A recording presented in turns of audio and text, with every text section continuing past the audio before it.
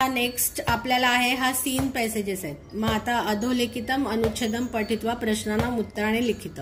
इथे आहे बकस्य प्रतिकाराचा एकस्मिन वने शृगालः बकः, म्हणजे इथे एकस्मिन वने शृगालः बकापासून अधुना सहैव खादावा, म्हणजे अधुना सहैव खादावा पर्यंत आहे.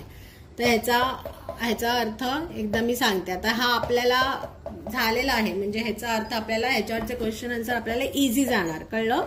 एकस्मिन वने शृगाला बकाच निवसता स्म, म्हणजे एका वनामध्ये शृगाल आणि म्हणजे कोल्हा आणि बगळा राहत होते. तयो मित्रता आसीत, त्यांची मैत्री होती. एकदा प्रातः शृगाला बकम अवदत, एकदा सकाळी शृगाल बगळ्याला काय म्हणाला, म्हणजे कोल्हा बगळ्याला काय म्हणाला, मित्र श्वः त्वम मया सह भोजनम कुरुहु. श्वः अव्यय म्हणजे मित्रा तू माझ्याबरोबर जेवायला ये, म्हणजे माझ्याकडे जेवायला ये. शृगालस्य निमंत्रणेनं बकः प्रसन्न अभवत, म्हणजे त्याने इन्व्हाइट केल्यानंतर तो आनंदित झाला कोल्ह्याच्या निमंत्रणाने बगळा. अग्रिमे दिने सह भोजनाय शृगालस्य निवासम अगच्छत, म्हणजे दुसऱ्या दिवशी तो जेवायला कोल्ह्याच्या घरी आला. कुटील स्वभावः शृगालः स्थाल्यम बकाय शिरोदनम अयच्छत. कुटील स्वभाव म्हणजे काय, त्याचा कसा होता, तो चॅप्टर होता शृगाल कोल्हा. स्थाल्याम म्हणजे थाळीमध्ये त्याने त्याला खीर दिली. शिरोदनम म्हणजे खीर, शीर म्हणजे दूध, शिरोदना म्हणजे खीर. अयच्छत म्हणजे त्याने त्याला दिली कशामध्ये, थाळीमध्ये दिली. बकम अवदत्त च मित्र अस्मिन पात्रे आवाम अधुना सहैव खादवत, म्हणजे त्याने दिली आणि त्याला काय म्हणाला, बगळ्याला काय म्हणाला, चल मित्र आपण या ताटामध्ये एकत्र भोजन करूया. भोजन काले बकस्य चंचुः स्थालितः भोजन ग्रहणे समर्था न अभवत, म्हणजे काय इथे दाखवलंय, त्याची चोच मोठी आहे, तो त्या चोचीने ह्याच्यामध्ये खाऊ शकेल का, थाळीमध्ये नाही खाऊ शकणार. भोजन काले म्हणजे जेवताना बगळ्याच्या चोचीमुळे तो थाळीतून भोजन खायला, ग्रहणे म्हणजे भोजन घ्यायला समर्थ नव्हता. आता इथपर्यंत नाही आपल्याला, सॉरी इथपर्यंतच आहे. आता आपण क्वेश्चन्स बघूया. मग इथे आता एकपदेनं उत्तर येतं, म्हणजे एका शब्दात शृगाला बकच कुत्र निवसत. मग अगेन ह्याच्यामध्ये बघूनच लिहायचं. शृगाल कुठे वसत होते, ते एकत्र वने, म्हणजे इथे काय आणणार, शृगाला हा बकच वने निवसत, वनात सप्तमी विभक्ती आहे. शृगाला हा बकाया किम आगच्छत. आता किम लिहिलंय म्हणजे कुठे आला, शृगाला बकाय किम अयच्छत. कुठे अयच्छत शब्द शोधायचा, अयच्छत शब्द कुठे इथे आलाय, इथे आला अयच्छत म्हणजे काय दिले, मग शिरोधनम दिलंय त्याने, म्हणजे इथे शब्द नीट बघून व्यवस्थित लिहायचा, म्हणजे त्याच्यामध्ये कुठे ऱ्हस्व दीर्घाच्या चुका होणार नाहीत. शिरोधनम. आता पूर्ण वाक्य ना, कस्य निमंत्रण बक प्रसन्न अभवत. मग कस्य जो शब्द आहे त्याला एक्झॅक्टली तीच विभक्ती तसंच हे करून बदलायचं. मग शृगालस्य काय येणार इथे, शृगालस्य पुढचं तसंच तसं लिहायचं. निमंत्रणेनं बक प्रसन्न अभवत. आता शृगाला कीदृश आसीत म्हणजे कसा होता, मग इथे काय लिहिलंय, कुटील स्वभाव आसीत. मग कसं लिहायचं, शृगाल हा कुटील स्वभाव आणि परत पुढे आसीत तसं. जिथे क्वेश्चनचा वर्ड शब्द असतो तिथे फक्त आन्सर रिप्लेस करायचं. शृगाला कस्मिन पात्रे बकाय भोजनम अयच्छत. मग आता कस्मिन पात्रे इथे लिहिले स्थाल्याम, मग शृगाला कस्मिनच्या ऐवजी स्थाल्याम, शृगाला स्थाल्याम बकाय भोजनम अयच्छत. ओके. आता नेक्स्ट निमंत्रण इत्यत्य का विभक्ती. आता आपल्याला विभक्ती ओळखायची, मग त्याच्यासाठी पहिले निमंत्रण शब्द कोणासारखा चालतो हे आपल्याला बघायला लागेल, बरोबर.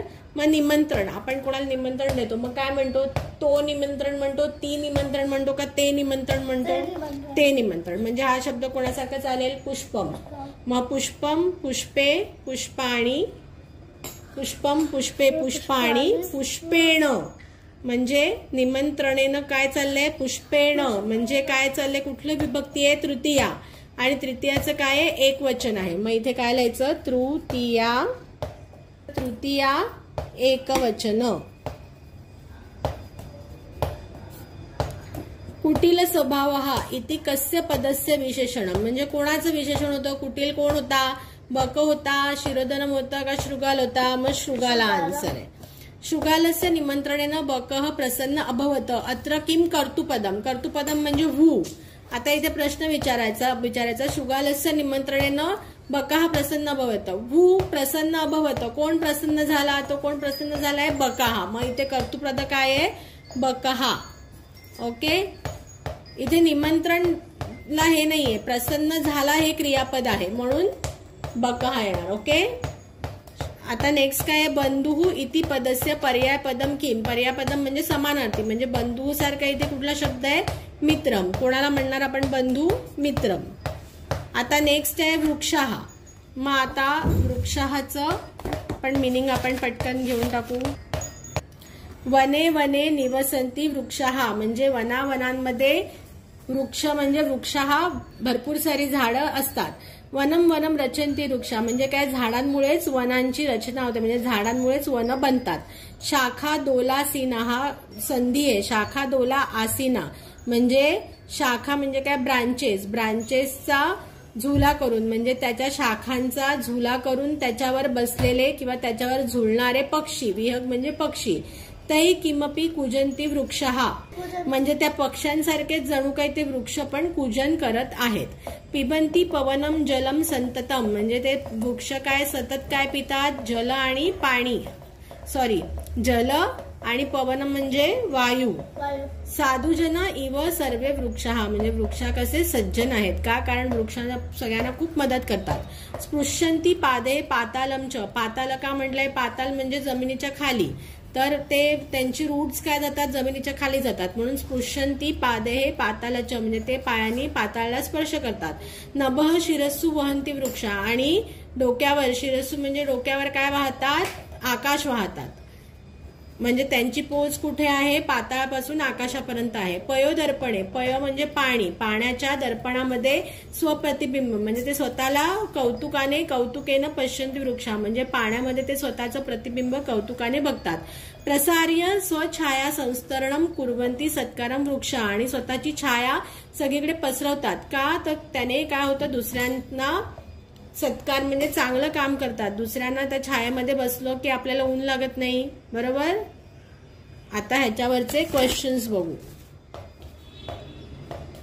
वृक्षः किम रचयन्ति. मग आता इथे काय आहे? किम. किम म्हणजे वनम. मग एकपद म्हणजे एका शब्दात उत्तर काय येणार? वनम. वृक्षः वनम रचयन्ति. विहगः कुत्र आसीना. आता इथे बघ, शाखा दोलासीना असं नाही लिहायचं. आसीना हा त्याचा संधी आहे. मग इथे फक्त आपला येणार शाखा दोला. मग काय येणार आन्सर? शाखा दोला. वृक्षः पर्योदर्पेण कौतुकेन किम पश्यन्ति. किम बघितलं, विचारलंय. मग काय आहे?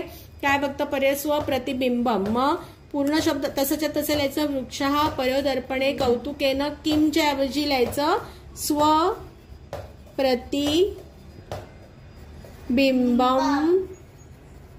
पश्यन्ति. काय येणार आन्सर? वृक्षः प्रयोदर्पणे कौतुकेन स्वप्रतिबिंबम पश्यन्ति. जो क्वेश्चनचा वर्ड आहे त्यालाच फक्त रिप्लेस करायचा. वृक्षः किम पिबन्ति. मग वृक्षः काय काय पिते? पवनम जलम पिबती. काय? वृक्षः पवनम जलम च, म्हणजे पाणी आणि जल पिबन्ति. वृक्षः पवनम जलम च पिबन्ति. के वने वने निवसंती. मग वने वने कोण निवसत? वृक्षः. मग के च्या ऐवजी फक्त वृक्षः टाकायचं. वृक्षः वने वने निवसंती. ओके. सर्वे वृक्षः कीदृशा सन्ति, म्हणजे वृक्ष कोणासारखे होते? मग त्यांनी काय लिहिलंय? इव सर्वे वृक्षः साधुजनः. मग काय लिहायचं इथे? म्हणजे साधुजनासारखे, म्हणजे सर्वे वृक्षः साधुजना इव म्हणजे सारखे. इव संती.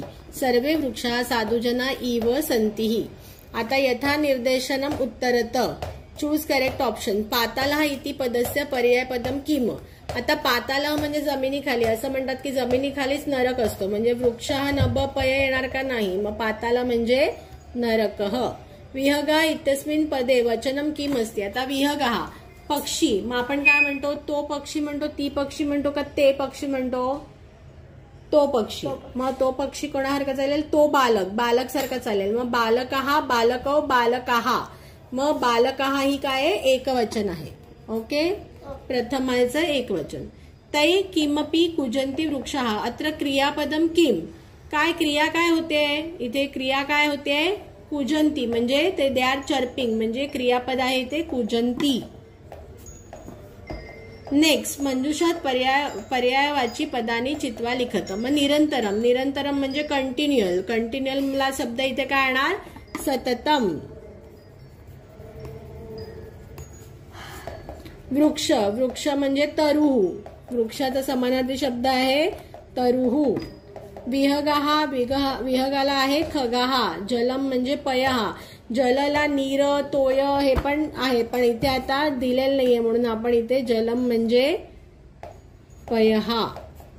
इथे जसा दिलाय तसा हा शब्द इथे लिहून काढायचा. मग मंजुषात विलंबपदानी चित्वा लिखित म्हणजे आता काय? विरुद्धार्थी. मग पाताळ, पाताळचा विरुद्धार्थी स्वर्ग. स्वर्गाला विरुद्धार्थी नरक पण येऊ शकतो, पण इथे स्वर्ग दिलाय. शत्रुता, मित्रता.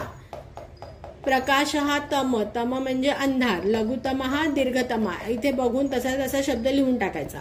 तर भिन्न प्रकृती पदम चिरुत म्हणजे चूज ऑड मॅन आउट. मग आता माता, नदी, आम्रम, लता. मग आता माता शब्द आपण ती माता म्हणतो, ती नदी म्हणतो, ती लता म्हणतो, म्हणजे हे सगळे काय आहेत? स्त्रीलिंगी शब्द आहेत. पण आम्र, तो आंबा म्हणजे आम्र काय? पुल्लिंगी शब्द आहे, म्हणजे इथे काय वेगळं येणार? आम्रम. उद्यानम, कुसुमम, फलम, चित्रम. आता इथे वेगळं लॉजिक आहे. उद्यान म्हणजे बाग, बागेमध्ये फुलं असतात, फळं असतात. चित्र असतं का? नाही, म्हणजे इथे ऑड मॅन आउट येणार चित्रम. लेखनी, तुलिका, चटका, पाठशाला. लेखनी म्हणजे आपली पेन्सिल किंवा पेन. तुलिका म्हणजे पट्टी. पाठशाला म्हणजे शाळा. म्हणजे या सगळ्या गोष्टी पाठशाळेशी रिलेटेड. पण चटका म्हणजे काय? चिमणी. मग चटका इथे वेगळं आहे. इथे आपल्याला शब्दांचे अर्थ माहिती पाहिजे तर हे लिहिता येणार. आता नमतः, वसामी, करोमी, गच्छामी. आता हे आपल्याला माहितीये. सीतः, थ, तीतः, अंती. मग मी, वहा, म हे सगळं काय आहे? उत्तम पुरुषचं आहे. पण नमतः, सीतः, थ हे कुठलं आहे? मध्यम पुरुषचं आहे. म्हणजे इथे वेगळं काय येणार? नमतः. वसामी, करोमी, गच्छामी हे सगळं उत्तम पुरुषचं एकवचन आहे. नमतः वेगळं आहे म्हणून नमतः इथे येणार. आता उपयुक्त कथानानाम समक्षम आम, अनुपयुक्त कथनानाम समक्षम न इथे लिखते. म्हणजे हे थोडक्यात काय? True, false. आम म्हणजे ट्रू, न म्हणजे फॉल्स. मग कोची तटः नारिकेल फलेभ्या जायते. म्हणजे आपला समुद्र तट हा धड्यामध्ये आहे. कोची तटावरती नारिकेल म्हणजे नारळाची फळं मिळतात. हो, येस, ट्रू आहे. मग इथे लिहायचं आम. मचा पाय म्हणायचा. शृगाला हा कलशे शिरोदम अभक्षयत. हा, म्हणजे तुला कलशामध्ये शिरोदनम खाता आलं का? नाही खाता आलं, मग न. नेक्स्ट वाक्य काय? भारत देशा प्रायद्वीप हा न इति कथ्यते. न आहे का? भारत देशा प्रायद्वीप इति कथ्यते आहे. न कथ्यते आहे का? नाही, म्हणजे ह्याला पण न येणार. त्यातलं एक वाक्य राहिलं आपलं. आत्म दुर्व्यवहारस्य फलम दुःखदम भवती. मग हे शृगालाच्या धड्यामध्ये म्हणजे जर आपण दुसऱ्याची वाईट वागलं तर आपल्याला पण दुःखच मिळतं. मग हे काय? आम. हे ट्रू आहे. आम. बकः स्थाल्याम शिरोदनम अभक्षयत. म्हणजे बगळ्याला थाळीमध्ये शिरोदन खाता आलं नाही, म्हणजे ट्रू आहे. म्हणजे काय येणार? आम. सॉरी, अभक्षित म्हणजे त्याला खाता आलं. बकः स्थाल्या शिरोदनम अभक्षित. त्याला खाता आलं का? नाही खाता आलं. मग इथे काय येणार? न. म्हणजे फॉल्स. हे फॉल्स आहे, म्हणजे तो खाऊ नाही शकला म्हणून फॉल्स. ओके. या व्हिडिओला लाईक, सबस्क्राईब, शेअर करायला विसरू नका. आणि जर तुम्हाला अजून असे व्हिडिओज पाहिजे असतील तर मला कमेंट करा. बाय.